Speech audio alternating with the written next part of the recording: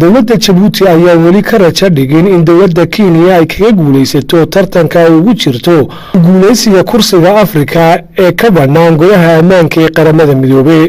Kenya ayaa hore ugu guuleysatay codayntii ay midowga Afrika u qaadeen cidda ku matalaysa kursiga ka bannaan golaha ammaanka ee qaramada midoobay. hase yeeshee Jabuuti ayaa markan taageero ka raadinaysa wadamada Islaamka iyo wadamo kale. ururka iskaashiga Islaamka ayaa shaaca ka qaaday in uu dowladda Jabuuti oo xubin ka ah ururkaasi uu ka taageeri doono oo ay ugu jirto ku guuleysiga kursiga Afrika ee qaramada midoobay. War soo baxay ururka iskaashiga Islaamka ee OIC ayaa dowladda Jabuuti loogu ballan qaaday in ay ku taageeri doonto kursiga aan joogtada ahayn ee golaha ammaanka ee qaramada midoobay. ururka iskaashiga Islaamka ayaa ka kooban 57 dal, waxaana taageeridda wadamadan Islaamka Jabuuti gacan ka siin kartaa ku guuleysiga kursiga ay u tartamayso.